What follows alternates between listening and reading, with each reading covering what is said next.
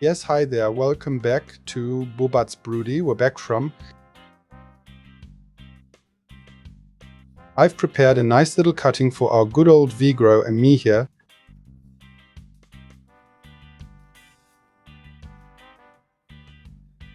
Let's take a closer look at this one. You can see the little guy is already rooted and waiting for.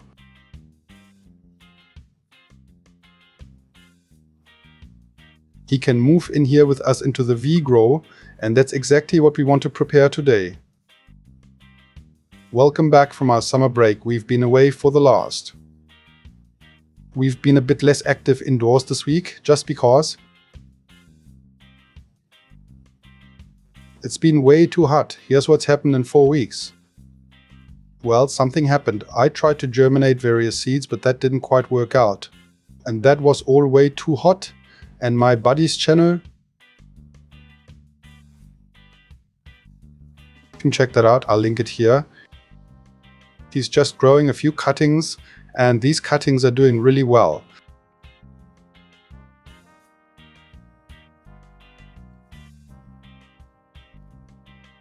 Looking great. We got this one together on the Mary Jane, and as you can see here, it's a cutting from the Melon Sherbert strain by Sensi. He got these seeds from there and I took a cutting from them. This cutting has now rooted, so I thought instead of an autoflower, instead of what we usually put in here, let's try a cutting this time. I'm unsure if this will work as well as last time. I had a photo period plant, feminized, and it got quite tight in terms of height. Therefore, we'll likely be using super cropping and topping a lot here. We need to make sure it fits in the end, but that's what the series is for too. I find it quite interesting, and I think the cutting has really developed well. And now it's reached a size where I'd say we could definitely plant it out. Why don't we take a look at the root ball together? I'll try. Let's carefully remove this one, but you can probably see quite well.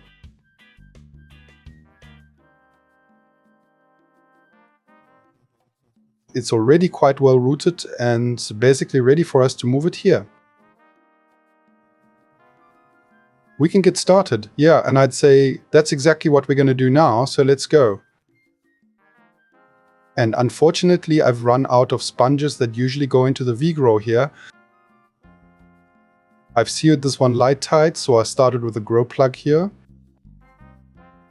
But of course, we need to top that up, so my mission now is to first let's add a layer of vermiculite down here to prep the grow plug.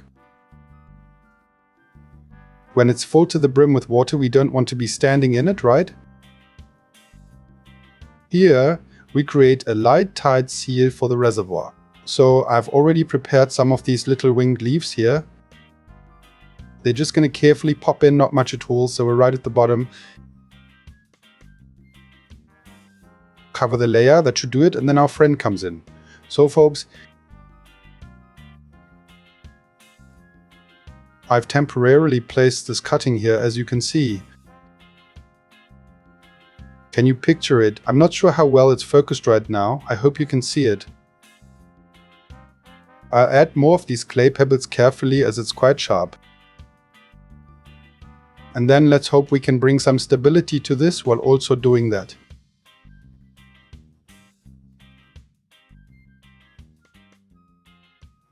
Let's make sure no light gets into the reservoir and harms the plant. With the right support, it won't topple over so easily as it grows further in here.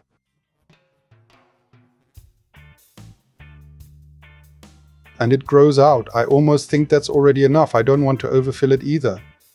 Well, roughly that's what I had in mind. So our plug's in, but we've got this here too. We haven't got any nutrient solution in the reservoir yet, and that's something we need to fix.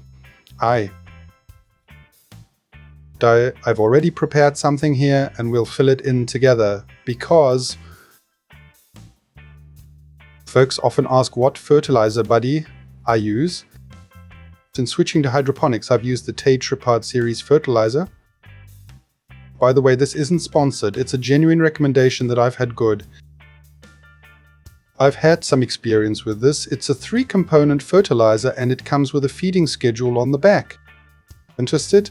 Just add 3 components. It depends on what stage your plant is at really. If everything's good, you can use it.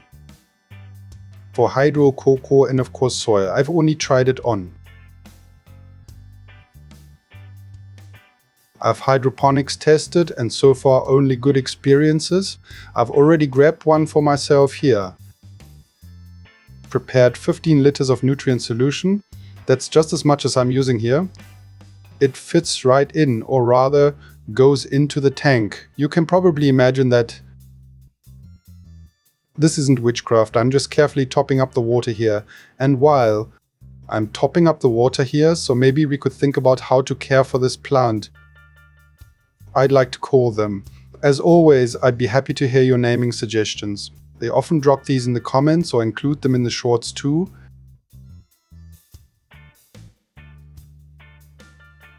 I'll definitely link to that video later on. Great, as I mentioned, this is a honey melon kush. It's from Sensi and I'd be thrilled to find another lovely name for her. For those of you wondering what this grow tent is, here's the VGrow. It's 40 by 40 centimeter wide and 1.20 meters tall. It's also a very compact grow tent, definitely compliant with K&G standards. What I like about the box, automatically control it completely via app. You don't really need to worry too much about plant care and maintenance here. It's also very beginner friendly, making it perfect for those just starting out with the topic. Growing starts, if you're interested, check the video description. That's where you'll find links to all the VGrow products. Alright folks, we've topped up the nutrient reservoir. Now let's just take one last look. Let's take a Fay and egg reading. I just scooped some out from here.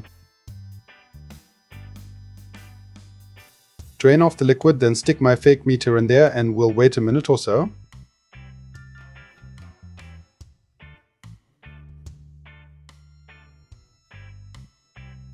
Let's take a look at the result together, folks. So here we are again, as you can see, we've measured a Fay level of 95.30 right now, and the egg level is also so far so good. We are at around 300 microsieverts. We usually try to keep it here.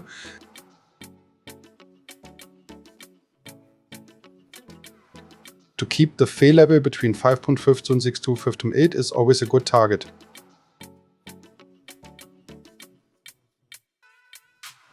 My sweet spot, my personal one, and I try to stick to it as much as possible here.